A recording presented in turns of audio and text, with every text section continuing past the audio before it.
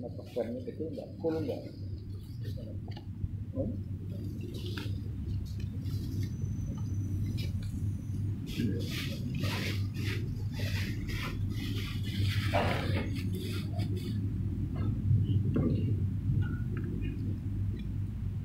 A'udzu billahi minasy syaithanir rajim. Bismillahirrahmanirrahim. Assalamualaikum warahmatullahi wabarakatuh. Alhamdulillahi rabbil alamin. Wa bihi nasta'inu ala umurid dunya waddin. Ashhadu an la ilaha illallah wahdahu la syarika lah. Wa ashhadu anna Muhammadan abduhu wa rasuluhu la nabiyya ba'dah. Allahumma salli wa sallim wa barik alaihi. Allahumma aftah lana bi futuhil arifin. Rabbana aftah bainana wa baina qaumina bil haqqi wa anta khairul fatihin. Walhamdulillahi rabbil alamin. Ila hadratin Nabi Muhammadin sallallahu alaihi wasallam wa ala alihi wa sahbihi wa dzurriyyatihi wa dhurriyyatihi ajma'in. Wa masyayikhina tariq bi tariqah samahul haqiqah sayyidul wafat ajma'in. Al-Fatihah. Alhamdulillah. Ya na'budu wa iyyaka nasta'in. Ghairil maghdubi alaihim. Amin. Alhamdulillah. Ini yang hadir penuh juga ya. Bulan apa ini sekarang? Apa? Tanggal berapa? 7. Tanggal 7. Yang betul tanggal 7. 5 Safar. Gajian aja. 5 Safar. Tanggal 5. Hari ini tanggal 5 Safar. Gak ada pengen buru-buru jadi ketua perwakilan. Oke. Alhamdulillah. Saya justru kasih kesempatan dulu deh sekarang. Ada yang mau bertanya nggak? Apa yang mau ditanyakan tentang TKN? Dan secara umum yang terkait dengan keislaman. Silakan, ada nggak? Saya kasih kesempatan dulu. Yang mau bertanya. Tidak ada. Oke. Yang secara rutin melakukan amaliyah zikir harian setiap habis sholat fardu, tolong tunjuk tangan. Yang secara rutin, tunjuk tangannya yang tinggi, jangan ragu-ragu, tangannya tinggi. Oke. Jadi kalau saya perhatikan kurang dari separuh nih, sekitar 40%. Ya. Masih banyak yang belum rutin mengamalkan ya. Kalau dikasih kesempatan bertanya tidak mau bertanya, saya yang bertanya. Pertanyaan saya, apa yang menjadi sebab belum rutin melakukan zikir harian setiap habis sholat? Apa sebabnya? Satu, nggak ada teman. Betul juga. Kalau nggak ada teman kan kurang semangat, kurang ada yang maksa ya. Kadang-kadang kita ini kan perlu dipaksa dulu. Terpaksa jadi bisa. Setelah bisa jadi terbiasa. Itu. Maka menjadi penting berteman dan pilih-pilih teman. Sebab kalau nggak ada teman jadi kurang semangat, kurang ada yang maksa. Apalagi penyebabnya sehingga belum bisa menjalankan zikir harian secara rutin. Sibukan. Sibuk apa? Sibuk HP. Ngapain? Kalau sibuk HP berarti HP sudah jadi setan. Hilang ya. Masya Allah. Apalagi penyebabnya yang lain? Malas. Iya. Malas.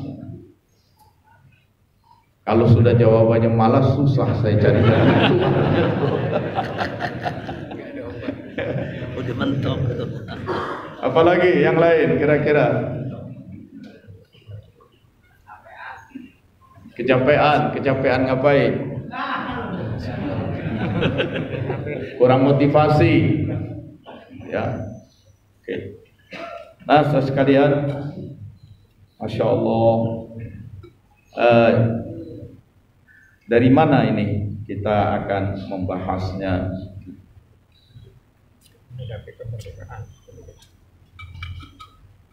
Saya bolak-balik, kalau malas diri saya, kurang motivasi saya kembalikan pada kajian pemahaman tentang ilah.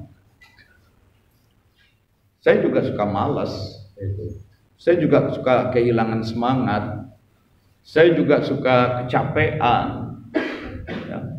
Itu saya kembalikan makna ilah yang dalam bahasa Arab ini kan selalu, mudah-mudahan tidak bosan ini ya, saya ulang-ulangi. Yang selalu saya sampaikan, saya cari dalam berbagai kamus-kamus bahasa Arab, sampai kalau saya lagi ke berbagai negara Arab, itu ke Mesir, ke Palestina, ke Saudi, ke Jordania, itu saya sampai masuk ke pelosok-pelosok kampung.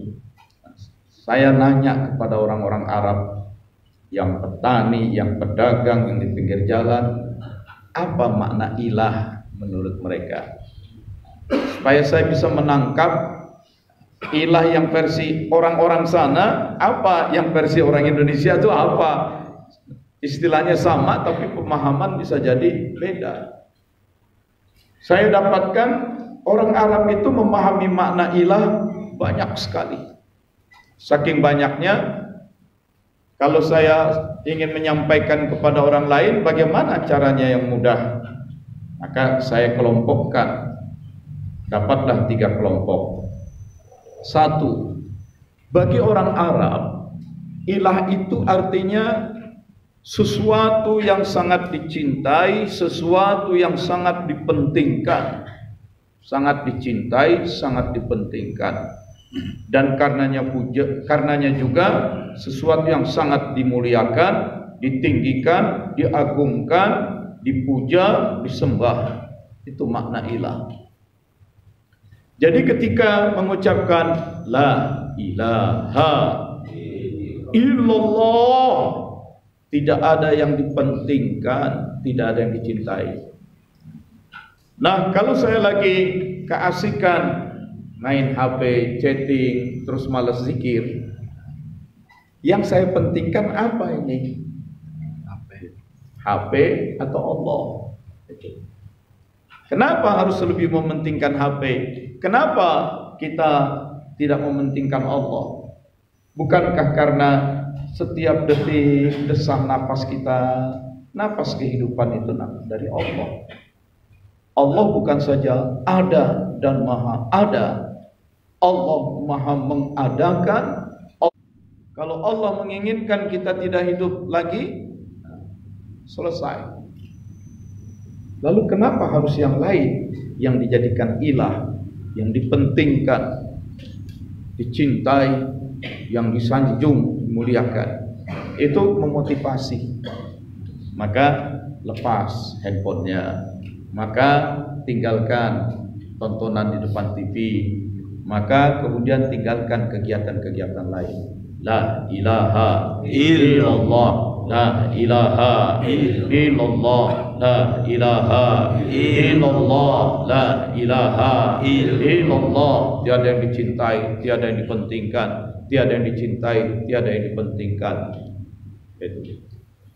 Yang kedua, buat orang-orang Arab sana itu, ilah itu ya karena sesuatu yang sangat dicintai, sangat dipentingkan. Berarti ilah itu berarti sesuatu yang sangat dituju, didamba, digandrungi, dicari, didekati, dikejar, diharap, dijadikan tempat berlindung, jadikan tempat bergantung.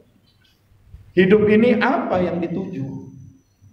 Itu kenaikan pangkat, karir, jabatan, uang, semua itu dalam kendali Allah. Buat apa kerja? Cari uang. Uang itu apa? Simbol dari rezeki. Rezeki itu dari mana sumbernya? Allah.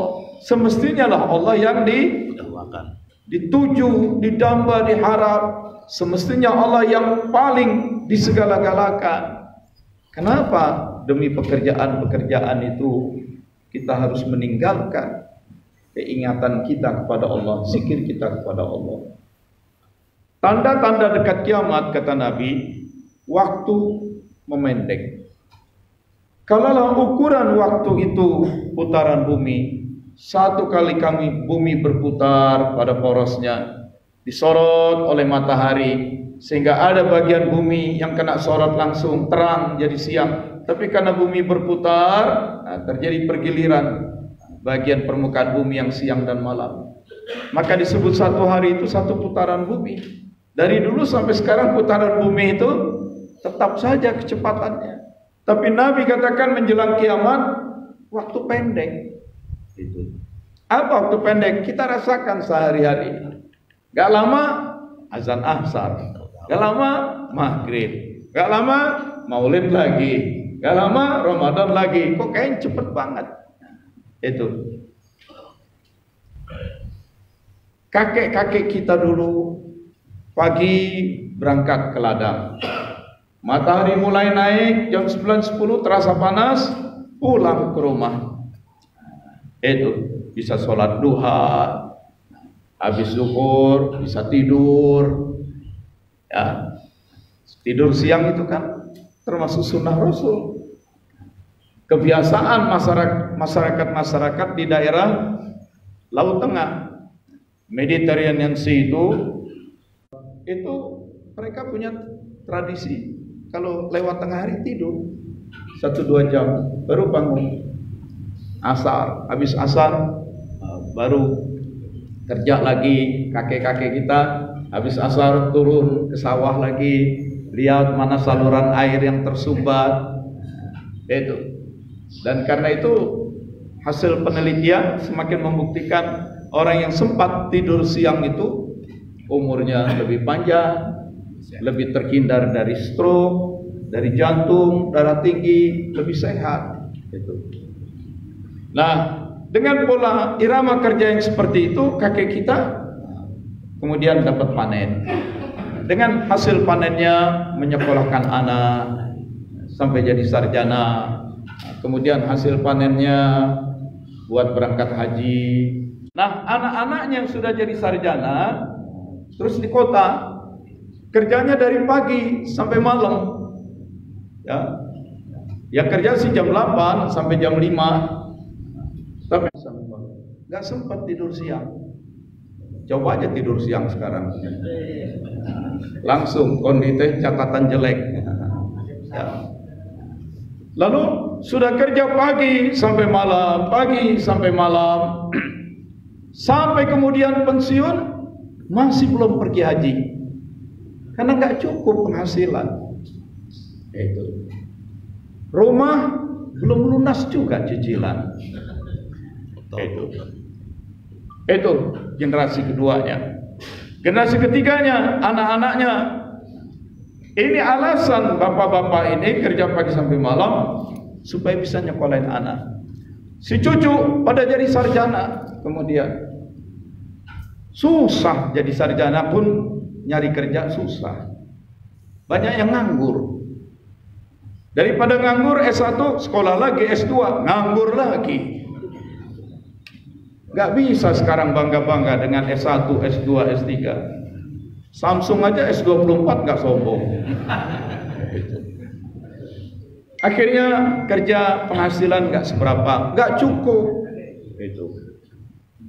Jangankan karena gak cukup penghasilan, akhirnya gak berani menikah. Akhirnya pada ngejomblo berlarut-larut. Sekalinya menikah juga penghasilan kurang, suami kerja, istri kerja juga. Penghasilan nggak mencukupi juga, nggak juga bisa buat pergi haji. Cicilan rumah belum dapat juga. Cicilan mobil, cicilan motor belum terbayar juga. Lalu kalau suami istri kerja, anak siapa yang mengurus? Pembantu rumah tangga. Jadi emak bapaknya disekolahkan tinggi-tinggi untuk jadi sarjana, yang mendidik anaknya justru orang-orang yang bukan sarjana. Emak bapaknya yang disekolahkan tinggi-tinggi jadi sarjana untuk jadi pegawai, untuk kerja demi majikan, untuk dimanfaatkan oleh para pemodal kapitalis yang banyak majikannya kafir lagi. Jadi nyekolahin anak untuk dimanfaatkan tenaga dan kepintarannya oleh para kafir. Kerja di perusahaan-perusahaan Zionis, gaji serba berkekurangan, udah suami istri kerja tetap nggak mencukupi juga buat hidup, sehingga anak pun dididik bukan oleh orang tuanya. Bagaimana kita mengharapkan anak yang saleh dan salehah menjadi anak yang terbaik ketika tidak dididik oleh orang tua yang terbaik? Karena orang tua yang berpendidikannya terbaik mendedikasikan dirinya, bahkan lebih lagi mengerikan, karena kuping saya tiap dengar istilah itu mengerikan, mengabdikan dirinya untuk perusahaan yang sebenarnya mengabdikan diri kepada para kapitalis pemodal, kepada para majikan. Ini yang dimaksud waktu makin pendek. Waktu makin pendek, nggak cukup juga kan rezeki. Tapi tetap ada orang-orang yang rezekinya berlimpah. Kenapa? Karena dia tetap berkeyakinan Allah Ar-Razzaq, Allah Maha Pemberi rezeki. Allah yang Maha ada dan Maha mengadakan. Allah yang Maha hidup dan Maha menghidupkan. Allah yang Maha cerdas dan Maha mencerdaskan. Allah yang Maha kaya dan Maha mengkayakan. Maka dia tidak mau tinggalkan Allahnya. Allah dulu, Allah dulu, Allah dulu, Allah lagi, Allah lagi, Allah lagi, Allah terus, Allah terus. Karena dia yakin rezeki itu dari Allah. Tapi kita dididiknya bahwa rezeki itu dari kerja, dan kerja itu bekerja pada pihak lain. Memangnya kalau bertani bukan bekerja. Memangnya kalau kita berdagang berwira swasta bukan bekerja. Memangnya kalau kita jadi penulis bukan bekerja. Kalau semua orang berpikiran hidup hanya untuk bekerja kepada pemilik modal, bagaimana? Itu. Sekalinya kerja pun kita kerja yang asal kerja, disuruh dikerjain, akan bertambah. Kita merasa bangga kalau udah kerja, pokoknya tiap habis bulan dapat gaji. Terus kalau nggak ada kerjaan, udah duduk bengong, ngobrol, chatting. Handphone ada, tetapi tidak digunakan untuk belajar, untuk menambah ilmu pengetahuan. Jadi kalau kita tidak ingat Allah, selamat untuk terus hidup dalam kesusahan. Allah sudah katakan dalam Quran, siapa yang wa may ya'su an dzikrir rahman, siapa yang mengabaikan zikir, maka hidupnya akan menjadi sesat, sempit. Hidupnya bakal sempit. Oleh sebab itu, sudahlah, udah kita hidup susah, rezeki sedikit, kita nggak usah ragu mengatakan dibanding orang-orang lain sebenarnya kita ini miskin. Tapi udah miskin, nggak mau zikir, nggak mau ingat Allah. Padahal hidup dari Allah, terhadap yang memberi kehidupan, terhadap yang memberi rezeki, kita nggak mau ibadah. Kita sombong. Udah miskin, sombong lagi. Ini yang Nabi katakan, termasuk orang yang dibenci oleh Allah adalah orang yang miskin tapi sombong. Tapi kita lain lagi, biar miskin asal sombong. Emang udah kemasukan setan. Itu terlalu. Begitu juga Nabi katakan, menjelang kiamat ilmu itu akan hilang. Ilmu hilang. Bagaimana mungkin? Sekarang zaman teknologi informasi, di mana-mana orang bicara IT. Information technology. Maka dengan teknologi informasi yang sangat mudah, informasi itu berlimpah. Tapi bedakan antara informasi dengan ilmu. Ya. Ilmu dalam bahasa Arab berasal dari kata alima, ain, lam, mim. Alima artinya mengetahui. Ilmun, pengetahuan. Jadi orang yang berilmu, orang yang menjadi tahu banyak, punya pengetahuan. Tapi zaman sekarang orang berkelimpahan dapat informasi, justru mereka tidak tahu apa yang sebenarnya sedang terjadi dengan negara ini. Tiba-tiba harga naik, tiba-tiba ini barang hilang, tiba-tiba sebenarnya apa ini? Kita lagi diurus oleh para pemimpin kita, atau kita cuma dibohongin oleh para pemimpin kita? Kita nggak tahu, karena kita dicekoki oleh berbagai macam informasi yang mereka pasang buzzer yang mereka bayar. Itu kita punya informasi, tapi kita tidak tahu bagaimana memposisikan diri, menempatkan diri. Kita punya informasi, tetapi kita tetap tidak tahu ke arah mana kita harus bertindak, ke arah mana kita harus bergerak, kemana kita harus menyekolahkan anak. Informasinya banyak, tapi banyak orang menjadi tidak tahu dengan kehidupan ini. Dan yang paling mengerikan, informasinya banyak, tapi makin banyak orang yang tidak tahu diri. Itu. Ini yang Nabi katakan ilmu menghilang. Informasi boleh disebut kabar. Informasi boleh disebut juga an-naba, berita. Kabar. Nah, jadi karena itu hati-hati. Yang kita cintai, yang kita pentingkan, yang paling kita tuju dalam hidup ini apa? Kerja, alasan sibuk, alasan kerja. Apa betul kita bekerja? Apa betul kita menghasilkan sesuatu yang punya nilai tambah? Apakah betul kita bekerja produktif? Oke, buktinya udah suami istri kerja dari pagi sampai malam, mengerikan. Yang ketiga, orang-orang Arab itu memahami ilah karena ilah itu sesuatu yang dicintai, dipentingkan. Ilah itu sesuatu yang dituju, didamba, dikejar, dicari, digandrungi. Maka apa maunya dia diladeni, dilayani, ditaati, diperturutkan. Sehingga kalau kita sulit memahami makna-makna ilah yang banyak itu, ingat-ingat deh 3 ini saja. Dan ketika kita zikirkan, masukkan salah satu dari 3 ini. Karena memang bagaimanapun orang kalau zikir tanpa pemahaman, jadi seperti burung beo juga. Ya, burung beo juga bisa berzikir. Tapi kalau dengan pemahaman, ya difahami dulu. Dengan pemahaman, maka tumbuh menjadi zauq, menjadi rasa. Rasa yang terus diasah sehingga menjadi kesadaran. Menjadi kesadaran. Itu. Masukkan itu dalam struktur, dalam susunan nafi isbat. La ilaha, tiada yang dicintai, tiada yang dipentingkan. Ketika kita zikir, apa yang kita cintai, apa yang kita pentingkan.